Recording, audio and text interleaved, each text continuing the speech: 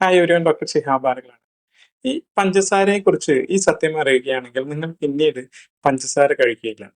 ഞാനിവിടെ പറയുന്നത് സാധാരണ പഞ്ചസാരയെ കുറിച്ചാണ്. അതായത് വെള്ള പഞ്ചസാര അല്ലെങ്കിൽ ബ്രൗൺ നിറത്തിലുള്ള പഞ്ചസാര, കോൺ സിറപ്പ്, ഹൈ ഫ്രക്ടോസ് കോൺ സിറപ്പ് ഇവയൊക്കെ കുറിച്ചാണ്. എന്തുകൊണ്ടാണ് പഞ്ചസാര കഴിച്ചതിന് ശേഷം പലർക്കും ക്ഷീണം, അതുപോലെ തന്നെ ഫോക്കസ്, കോൺസെൻട്രേഷൻ കുറയുക, അതുപോലെ തന്നെ വീണ്ടും മധുരം കഴിക്കാനുള്ള ആഗ്രഹം എന്നിവ ഉണ്ടാകുന്നത്? ഇവയെല്ലാം തന്നെ സാധാരണ ലോ ബ്ലഡ് ഷുഗറിന്റെ ലക്ഷണങ്ങളാണ്. പക്ഷേ എന്താണ് സംഭവിക്കുന്നതെന്ന് നോക്കാം. വളരെയധികം പഞ്ചസാര കഴിച്ച ഒരാൾക്ക് എങ്ങനെയാണ് ലോ ബ്ലഡ് ഷുഗർ വരുന്നത്? ശരീരത്തിൽ യഥാർത്ഥത്തിൽ എന്താണ് സംഭവിക്കുന്നതെന്ന് നമുക്കൊന്ന് നോക്കാം. സാധാരണയായി നമ്മുടെ രക്തത്തിൽ ഏകദേശം 1 സ്പൂൺ പഞ്ചസാര മാത്രമേ ഉണ്ടാകൂ. പക്ഷേ വളരെയധികം പഞ്ചസാര ആഹ് നാം കഴിക്കുകയാണെങ്കിൽ, അതായത് അത് പഞ്ചസാര തന്നെ ആകാം, അല്ലെങ്കിൽ ബ്രെഡ്, മൈദ, അതുപോലെ തന്നെ അരി, സ്റ്റാർച്ച് ഭക്ഷണങ്ങൾ, ഇവയിൽ നിന്നെല്ലാം ശരീരത്തിലേക്ക് പഞ്ചസാര ലഭിക്കുന്നുണ്ട്. അപ്പോൾ ഈ ഭക്ഷണത്തിന് ശേഷം രക്തത്തിലെ പഞ്ചസാര ഉയരുകയും ശരീരം അപ്പോൾ തന്നെ അതിനെ അപകടകരമായി കാണുകയും ചെയ്യുന്നു. അതുകൊണ്ട് തന്നെ രക്തത്തിലെ പഞ്ചസാര ഉയരുമ്പോൾ ശരീരം ഇൻസുലിൻ ഉൽപ്പാദിപ്പിക്കുന്നുണ്ട്. ഈ ഇൻസുലിൻ രക്തത്തിൽ നിന്ന് പഞ്ചസാര പുറത്തെടുക്കുകയും ചെയ്യുന്നു. അത് കോശങ്ങളിലേക്ക് എത്തുകയും ചെയ്യുന്നു. ഇത് രക്തത്തിലെ പഞ്ചസാര കുറയ്ക്കാൻ സഹായിക്കുകയും ചെയ്യും. അപ്പോൾ വീണ്ടും വീണ്ടും കുറെ നാൾ ഇങ്ങനെ പഞ്ചസാര കഴിക്കുമ്പോൾ ഇൻസുലിന്റെ അളവ് കൂടുതൽ ഉയരുകയും ചെയ്യുന്നു. കോശങ്ങൾ ഇൻസുലിന്റെ പ്രവർത്തനത്തെ പ്രതിരോധിക്കാൻ തുടങ്ങുകയും ചെയ്യുന്നു. ഇതിനെ ഇൻസുലിൻ റെസിസ്റ്റൻസ് എന്നാണ് പറയുന്നത്. ഇപ്പോൾ രക്തത്തിൽ പഞ്ചസാര കൂടുതലാണ്, പക്ഷേ കോശങ്ങളിലേക്ക് ഈ ഷുഗർ എത്തുന്നില്ല. അതിനാൽ കോശങ്ങൾ എനിക്ക് ഊർജം കുറവാണ് എന്ന് കരുതുകയും ചെയ്യുന്നു. അതിന്റെ ഫലമായി നിങ്ങൾക്ക് വിശപ്പും, അതുപോലെ തന്നെ മധുരം കഴിക്കാനുള്ള ആഗ്രഹവും, ക്ഷീണവും, ഇറിറ്റേഷനും, ബ്രെയിൻ ഫോഗും ഇവയൊക്കെയും അനുഭവപ്പെടാം. അപ്പോൾ ഒരു 15-20 വർഷമൊക്കെ ഇങ്ങനെ തുടർച്ചയായി ഇത് സംഭവിക്കുകയാണെങ്കിൽ പാൻക്രിയാസ് അമിതമായി ഇൻസുലിൻ ഉൽപ്പാദിപ്പിച്ച് ക്ഷീണിക്കുന്നു. ആദ്യഘട്ടത്തിലാണെങ്കിൽ ഇൻസുലിൻ വളരെ കൂടുതലായിരിക്കും, ബ്ലഡ് ഷുഗർ സാധാരണയായി തോന്നുകയും ചെയ്യും. പക്ഷേ പിന്നീട് ഇൻസുലിന്റെ ഉൽപ്പാദനം കുറയുകയും ബ്ലഡ് ഷുഗർ ഉയരാൻ തുടങ്ങുകയും ചെയ്യും. ഇതാണ് ടൈപ്പ് 2 പ്രമേഹം എന്ന് പറയുന്നത്. അപ്പോൾ രക്തത്തിലെ പഞ്ചസാര നീണ്ടകാലം ഇങ്ങനെ ഉയർന്നു നിൽക്കുകയാണെങ്കിൽ നാഡികൾ നശിക്കുകയും, അതുപോലെ തന്നെ കാലുകളിൽ മരവിപ്പും, അതുപോലെ തന്നെ സംക്രമണം കുറയുകയും, സർക്കുലേഷൻ കുറയുകയും, അതുപോലെ തന്നെ മുറിവുകൾ ഭേദമാകുകയില്ല. ഈ ഒരു അവസ്ഥയൊക്കെ വരും.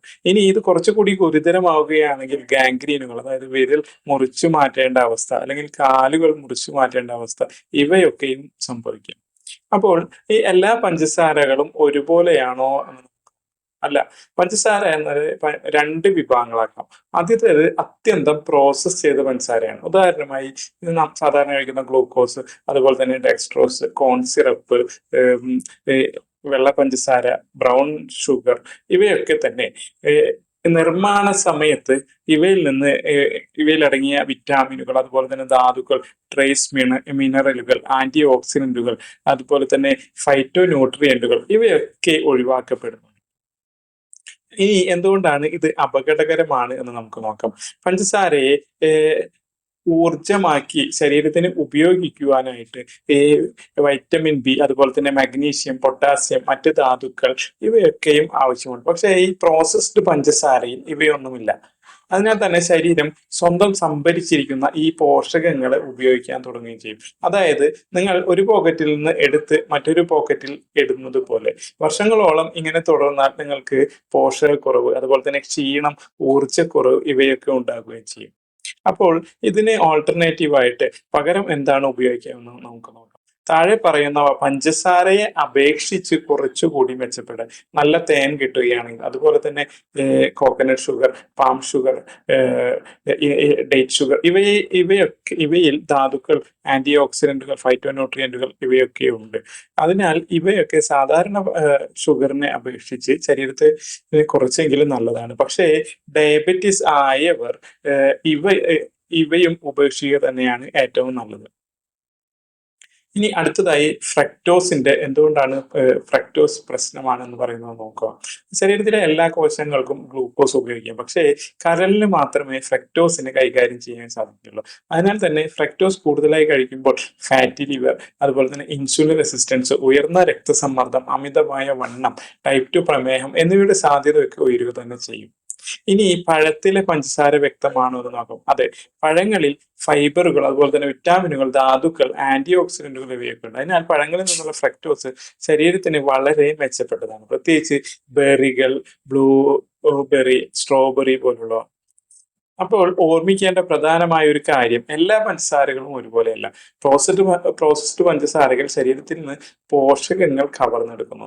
പഴങ്ങളിൽ നിന്നുള്ള സ്വാഭാവിക പഞ്ചസാര ഫൈബറും ആന്റി ഓക്സിഡന്റുകളും കൂടെ വരികയും ചെയ്യും. എന്നിരുന്നാലും ഇൻസുലിൻ റെസിസ്റ്റൻസ് ഉള്ളവർ, പ്രമേഹമുള്ളവർ, അല്ലെങ്കിൽ വർഷങ്ങളായി അധിക പഞ്ചസാര കഴിക്കുന്നവർ ഈ പഴങ്ങളും നിയന്ത്രിതമായ അളവിൽ മാത്രമേ കഴിക്കുവാൻ പാടുള്ളൂ. അവയും ഓർക്കേണ്ടതാണ്. ഇനി ഈ പഞ്ചസാരയെ കുറിച്ചുള്ള ഏറ്റവും വലിയ സത്യം, പ്രശ്നം എന്നത് മധുരത്തിൽ മാത്രമല്ല, അതിനെ ശരീരം കൈകാര്യം ചെയ്യുവാനുള്ള ശേഷി നഷ്ടപ്പെടുന്നതിലാണ്. അതിനാൽ തന്നെ ഇന്ന് തന്നെ നിങ്ങൾ പഞ്ചസാരയുടെ ഉപയോഗം നിർത്തൂ. പഞ്ചസാര നിങ്ങൾ ഉപേക്ഷിക്കുകയാണെങ്കിൽ നിങ്ങൾക്ക് ശരീരത്തിന് വരുന്ന നല്ല മാറ്റങ്ങളെ കുറിച്ച് നമുക്ക് മറ്റൊരു വീഡിയോയിൽ നമുക്ക് അതിനെപ്പറ്റി സംസാരിക്കാം. കൂടുതൽ ഇത്തരം ഹെൽത്ത് ടിപ്സ് അറിയുന്നതിനായി ചാനൽ ഒന്ന് ഫോളോ ചെയ്യുക.